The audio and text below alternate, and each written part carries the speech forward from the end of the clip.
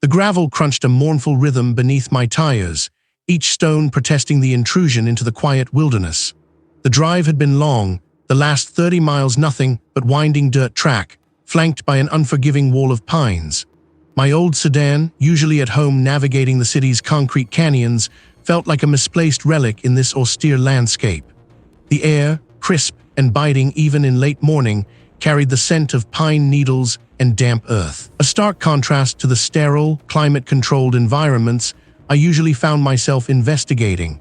My name is UserHF, and I've seen enough death to know that rarely is anything as simple as it first appears. Especially when the victim is a titan of industry and the scene is a place designed for solitude. The remote hunting cabin finally emerged from the dense forest, a striking structure of dark timber and vast, tinted glass panels, looking less like a rustic retreat and more like a fortress airlifted from a futuristic architectural digest. This was the infamous Blackwood Sanctuary, the private refuge of the late tech CEO. From the outside, it hummed with an almost imperceptible energy, a testament to the integrated smart systems I knew were buried within its walls. A single patrol vehicle, already coated in a fine layer of dust, was parked haphazardly near the cabin's entrance. Flashing lights were off, a silent indicator that the initial flurry of activity had settled. The lead investigator, a seasoned detective named Miller, was leaning against the vehicle's fender, nursing a thermos. He spotted me approaching and offered a weary nod. UserHF, he greeted, his voice rough from the cold. Didn't think I'd make it out this far. Cell service drops off a solid 10 miles back. My kind of place, I replied, stepping out into the biting air. My eyes swept over the cabin's facade, noting the meticulous landscaping, the array of discreet cameras tucked into the eaves, the almost invisible security sensors that probably lined every inch of the perimeter. What's the official line? Miller sighed, running a hand over his stubbled jaw. Looks like an accident, maybe even a suicide. Carbon monoxide poisoning. Faulty generator, maybe a blocked flue, or perhaps a deliberate act. The preliminary report from the first responders suggests he'd been dead for at least 12 hours when the alarm finally triggered a low oxygen reading, not a CO detector. Smart Home didn't quite live up to its marketing, I guess. He gestured vaguely towards the cabin. No forced entry, all locks intact. Biometric access only for him and a handful of trusted staff, none of whom were here. And I think he did it to himself, I pressed. My gaze fixed on the cabin's main entrance, a massive, reinforced door that seemed to blend seamlessly into the wall. It's a possibility, Miller admitted. He'd been under a lot of pressure lately, what with the stock dive and the corporate espionage rumors, kept himself isolated up here for weeks. No one had heard from him. A colleague finally got worried enough to send a security team who found him. I nodded slowly, already processing the information, fitting it into the mental framework I built for every case. Mind if I take a look? Be my guest, Miller said, pushing off the car. Just don't expect a smoking gun. It's pretty cut and dry. Inside, the cabin was breathtakingly modern, yet infused with rustic charm. A vast, floor-to-ceiling stone fireplace dominated the living area. Taxidermied deer heads with glassy eyes stared down from the high walls. The air, despite the open windows and the presence of forensic technicians in white suits, still carried a faint, acrid tang, a ghostly reminder of whatever had suffocated the life from the air. His face was pale, serene in death, free from the contortions of agony. His glasses, expensive titanium frames, rested askew on the bridge of his nose. A half-empty tumbler sat on a small side table next to him, condensation still clinging to its sides, suggesting it had been there for some time. The forensic team worked meticulously around him, documenting everything. I knelt a respectful distance from the body, my eyes scanning every detail. No signs of struggle, no overturned furniture, no desperate claw marks on the polished wood. The scene bespoke a quiet, almost peaceful demise. It certainly looked like an accident or a suicide of resignation. He was found like this, a younger officer confirmed, noting my interest. No movement since. The smart lighting system was set to a dim, ambient glow, temperature at a comfortable 72 degrees. Looks like he was just relaxing. My gaze drifted from the CEO's still form to the centerpiece of the room's technology, a large, flush-mounted control panel integrated seamlessly into the wall beside the fireplace. It was a sleek, black rectangle of glass, roughly 2 feet by 3 feet, the primary interface for the cabin's elaborate smart home system. "Was this screen on when he was found?" I asked, my voice low. The young officer consulted his notes. "No, sir, it was off. The security team confirmed it. Everything was operating in a pre-programmed idle state." I moved closer, my eyes narrowing. This CEO was legendary for his meticulous nature, his obsession with data and control. He lived and breathed interfaces. He was known to use voice commands extensively, but even then, the screen would often display status updates.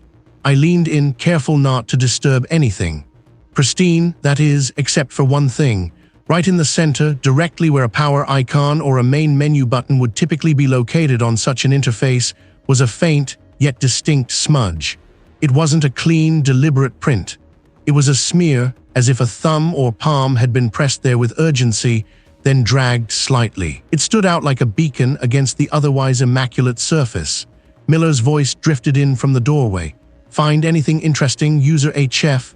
I didn't answer immediately. My mind was racing. A tech CEO known for his fastidious habits, his reliance on voice commands, his aversion to dirtying his screens. If he was relaxing, why touch the main control panel with such force, leaving a smudge? If it was an accident, why interact with the screen at all, let alone turn it off just before succumbing? And if it was suicide, why this final, desperate act on a system he presumably knew by heart? The smudge was small, almost invisible unless I was looking for it, but it screamed at me. It wasn't the mark of someone calmly setting their environment. It was the mark of someone reacting suddenly, urgently, and it didn't fit the narrative of a quiet, accidental death or a planned suicide. Not one bit. Just getting started, I finally called back to Miller, my eyes still fixed on the telltale smear.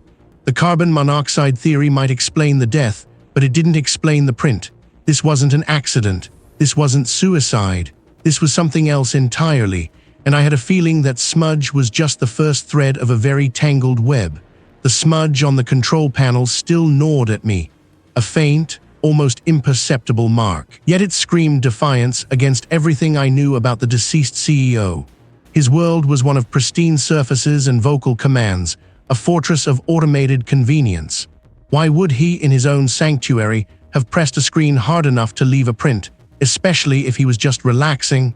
If it was an accident, why the struggle with the interface?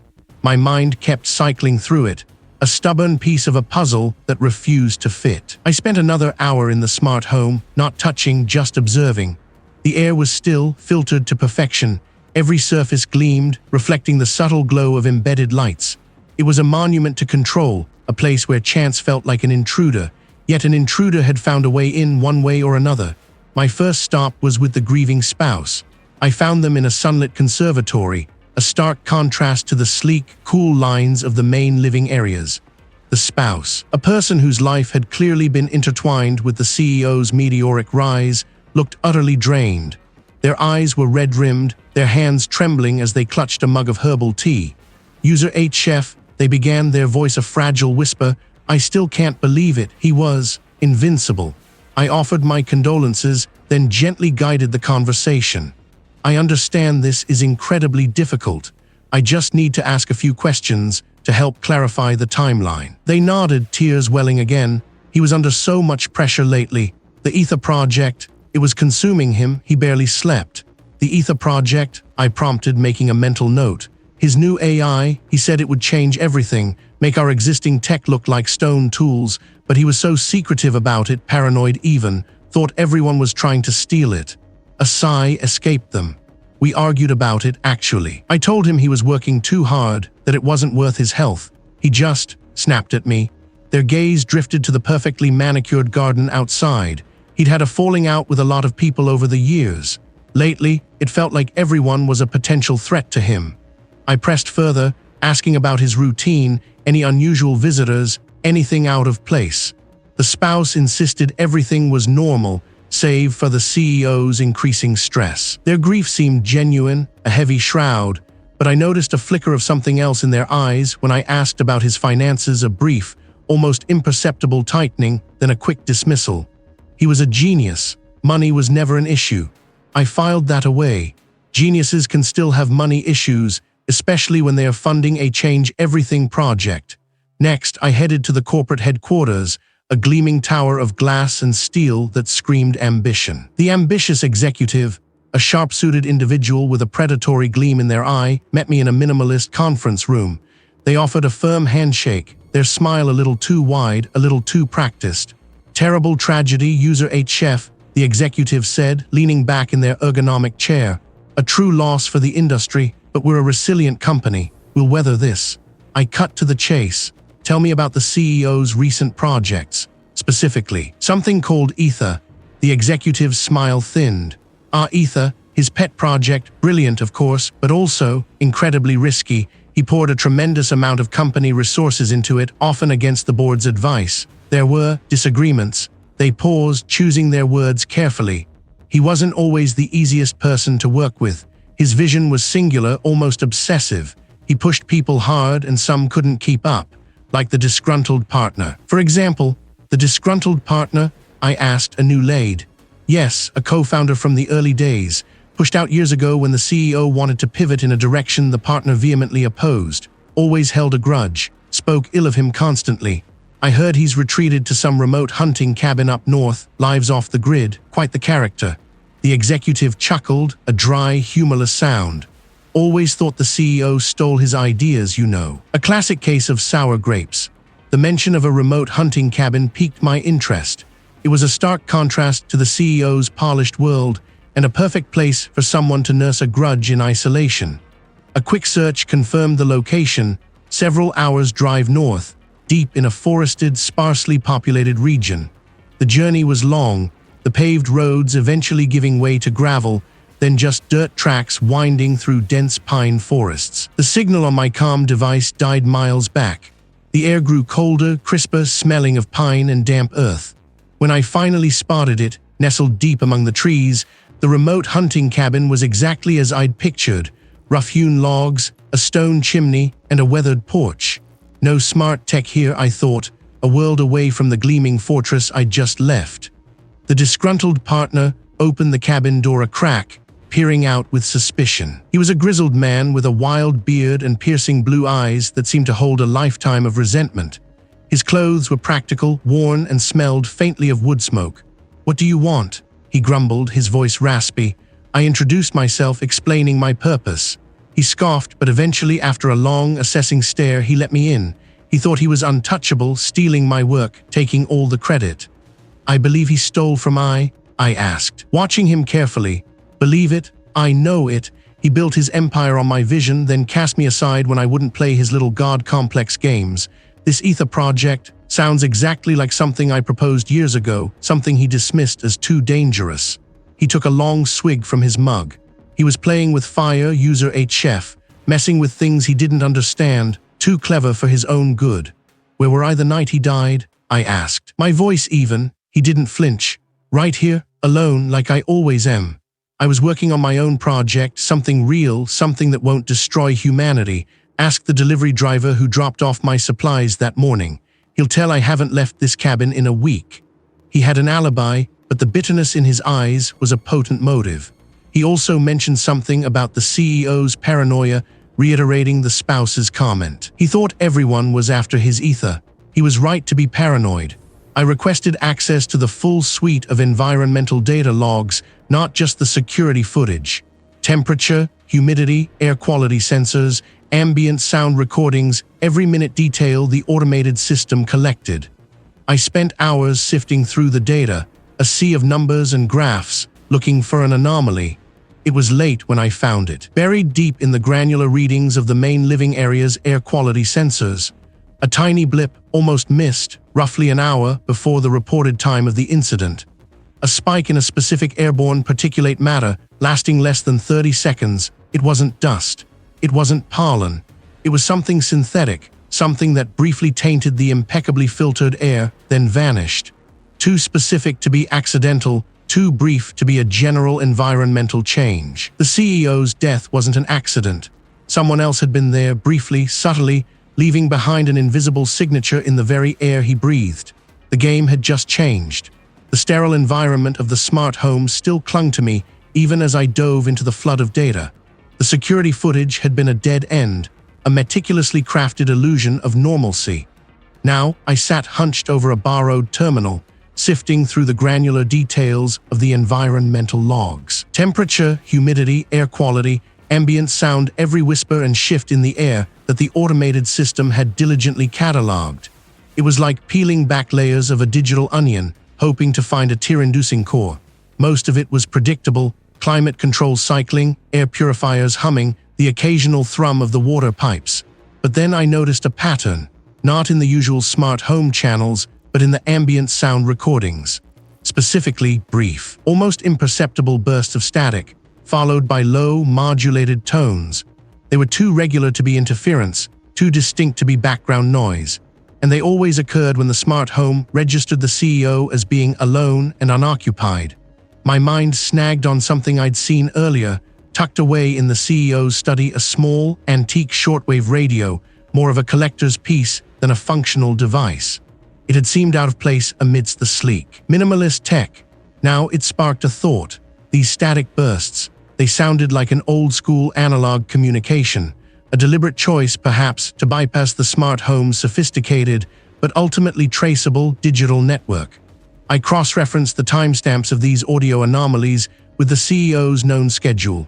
They coincided with periods when the CEO was supposedly relaxing, unwinding, but clearly engaging in something secret. The audio files themselves were garbled, almost indecipherable, but their mere existence was a clue. Whoever the CEO was communicating with, they didn't want the smart home to know.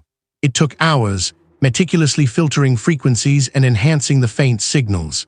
Finally, a fragment emerged, a series of numbers that, with some digital scrubbing, resolved into a partial, non-standard IP address.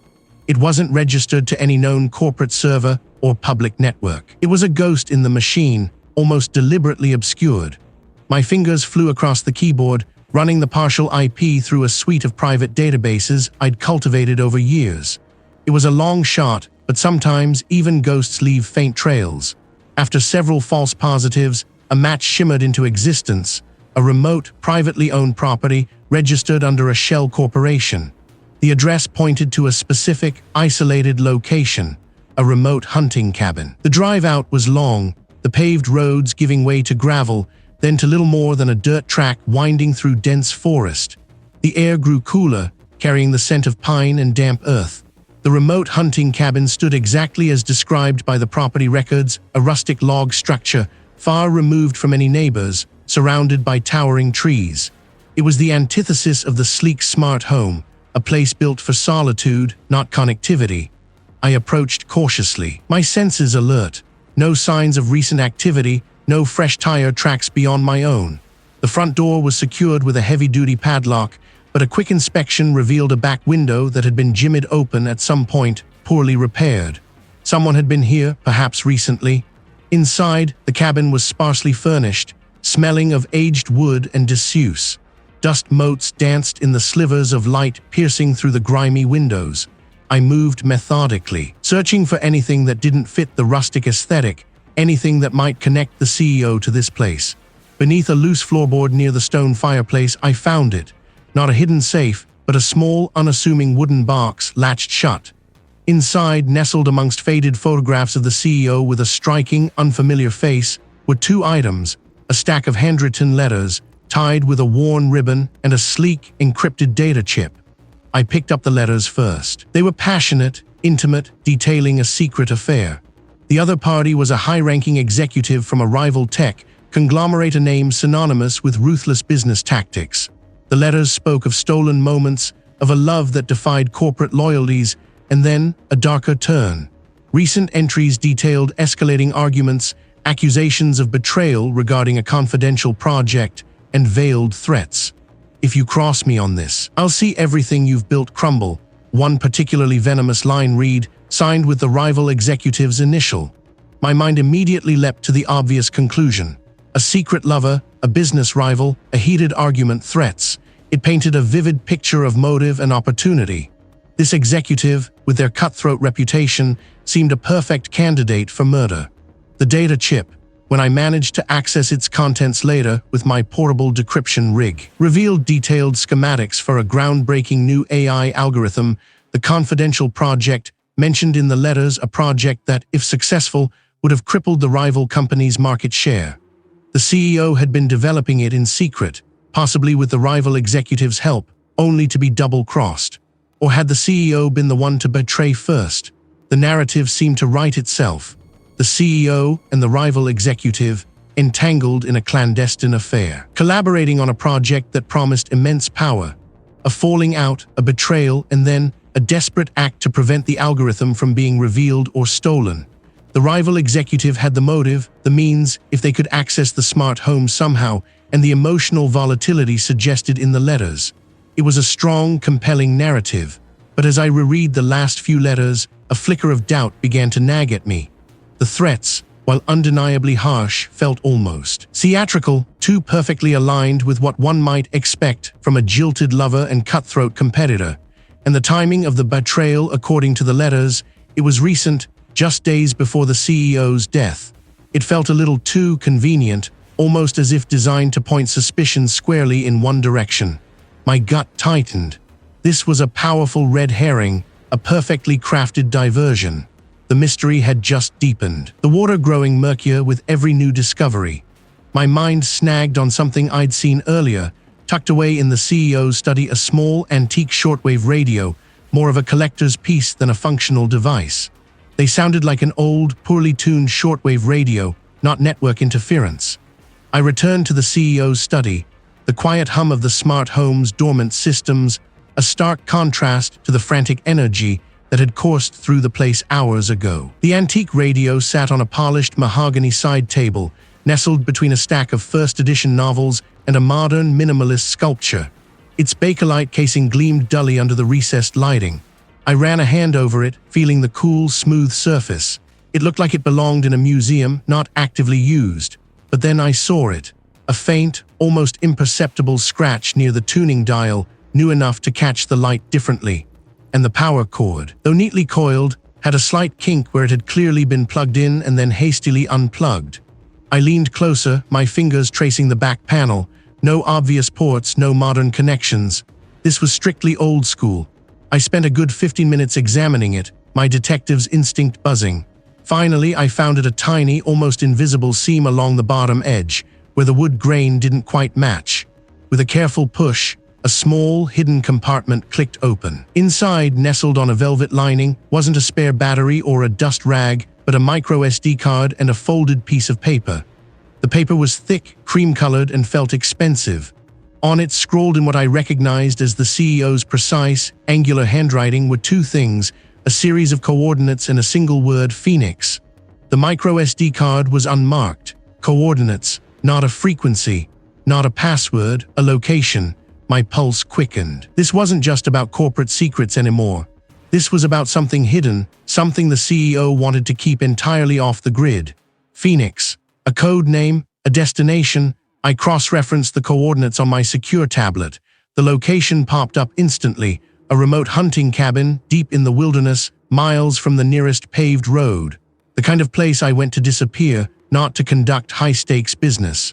No internet, no cell service, just trees and silence. The perfect place for a secret. The drive was long, the paved roads quickly giving way to gravel, then to a barely maintained dirt track that wound through dense forest. The trees pressed in, their branches clawing at the sky, casting long, shifting shadows. My headlights cut through the encroaching dusk, illuminating nothing but the endless tunnel of trees.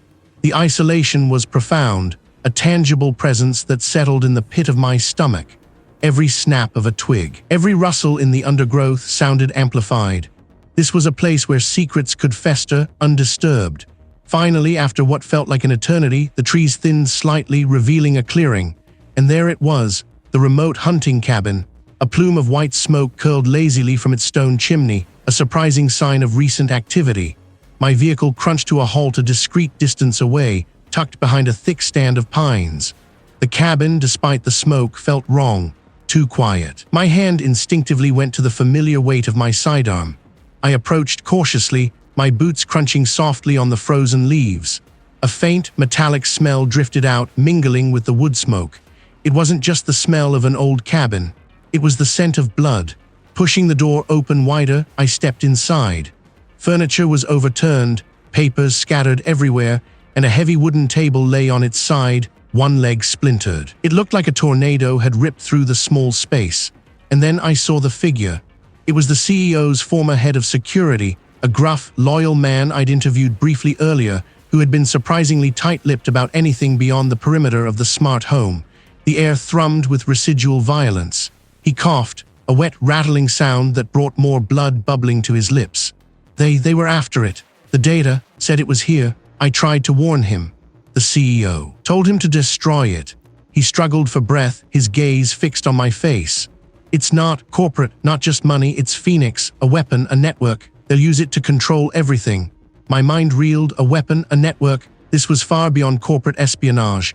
The CEO's death wasn't a mere business rivalry gone wrong. It was a silencing, a calculated move in a much larger, deadlier game. The sheer scale of it hit me like a physical blow. Who are they? I pressed, urgency in my tone, trying to stem the flow of blood with a makeshift compress from a torn curtain.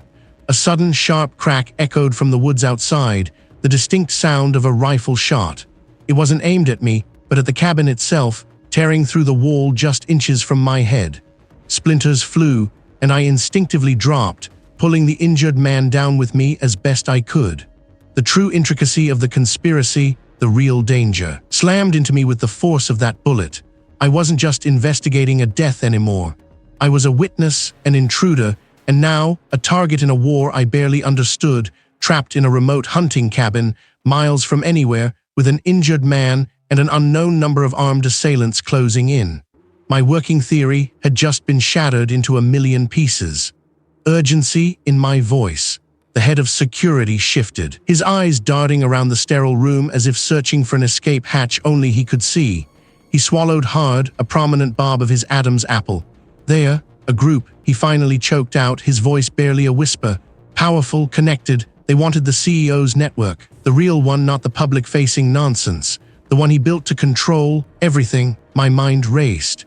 And he wouldn't give it to them, would he? The head of security shook his head. Never. He was paranoid but brilliant. He'd encrypted it, fragmented it, hid access points in plain sight. Only he truly understood the full architecture. He paused, his gaze fixing on me, a desperate plea in his eyes. But there was a back door, a failsafe, a maintenance port deep in the system. Only a few of us even knew it existed, and even fewer understood how to exploit it. And someone did, I stated, pieces beginning to click into place with an unsettling rhythm. Someone used that backdoor to turn the smart home against him, to make it look like an accident. He nodded, a single tear tracing a path down his cheek. They forced me. They threatened my family. I had to facilitate. His voice cracked. The real control hub, the place where the deep-level overrides were programmed, it wasn't in the main house. The CEO was too smart for that. He built a redundancy, a hidden node. Where? I pressed, my hand gripping the edge of the table, gripped tight. A remote hunting cabin, he whispered, his eyes wide with fear or maybe relief at finally confessing. North, up in the old timberlands. He used it as a secure retreat, a place to tinker without surveillance. It's off-grid, powered by its own microreactor, shielded, completely isolated from the main network, yet capable of overriding it from a distance. The real command center for the whole damned thing. He fumbled in his pocket, pulling out a crumpled piece of paper with coordinates scrawled on it. That's where I'll find the proof, the logs, everything, and the one who truly orchestrated it. I snatched the paper, my mind already mapping the route. The remote hunting cabin, of course. A place outside the digital footprint, yet connected by an unseen thread. The perfect place for a ghost in the machine. I looked at the head of security, a complex mix of pity and suspicion warring within me. Stay here, I commanded. Don't move. Don't speak to anyone. If I read telling the truth, I might still have a chance. The drive was long, the paved roads giving way to gravel, then little more than muddy tracks winding through dense, ancient forest. My vehicle bounced over unseen roots and rocks, the only sound the crunch of tires and the low thrum of the engine. Every mile increased the feeling of isolation, of leaving civilization behind. This was it, the edge of the map where the truth lay hidden, finally a clearing. It looked innocuous, rustic, but I knew better. This wasn't just a retreat, it was a fortress of secrets. I parked my vehicle some distance away out of sight and approached on foot, my hand resting on the hilt of my sidearm. The silence was profound, broken only by the rustle of leaves and the distant cry of a hawk. No cars, no signs of life, just the cabin and the vast, indifferent wilderness. The front door was heavy, reinforced, but unlocked. A strange detail, too easy. I pushed it open slowly, my senses on high alert. The interior was surprisingly modern, sleek, a stark contrast to the rough-hewn exterior. This wasn't a hunting cabin, it was a sophisticated control room disguised as one. I moved to the console, my eyes scanning the multiple holographic displays. Encrypted logs, network schematics, data streams, and then I saw it. A timeline, a specific timestamp matching the CEO's time of death, and next to it a sequence of commands: override safety protocol shower unit 3, initiate electrical surge, delete logs, execute remote wipe primary server. The method was clear. The CEO had been electrocuted not by a faulty appliance, but by a meticulously planned, remotely executed kill command. The smart home hadn't failed him, it had murdered him. A soft click echoed from behind me. I spun around, my hand already on my weapon, my breath catching in my throat. Standing in the doorway, a faint smile playing on his lips, was the head of security. My mind reeled. He was here. He was the one. The uncomfortable shifting, the fear in his eyes, it had all been an act, a masterful performance. He wasn't coerced, he was the orchestrator, the architect of the CEO's demise. UserHF, he said, his voice calm, devoid of the earlier tremor. I knew I'd find my way here eventually. I read good, too good perhaps. He held a small, sleek device in his hand, something that looked like a remote control, but I knew better. It was the key to this entire deadly network. I managed, the word tasting like ash. I was they all along. I led me here. The CEO was a genius, yes, but a fool. He built this magnificent network, this web of control, and then hoarded it. He saw it as his, but I saw its potential, its true power. He was an obstacle to progress, to opportunity. Opportunity for I to sell it off, I countered, my weapon now fully drawn, aimed steadily at his chest. To profit from corporate espionage, from betrayal. He chuckled, a dry, humorless sound. Call it what I will, I call it ambition. The CEO's death was unfortunate but necessary. He stood in the way of a new era, an era where true control isn't in the hands of one man, but in the hands of those who truly understand its capabilities. He gestured around the cabin.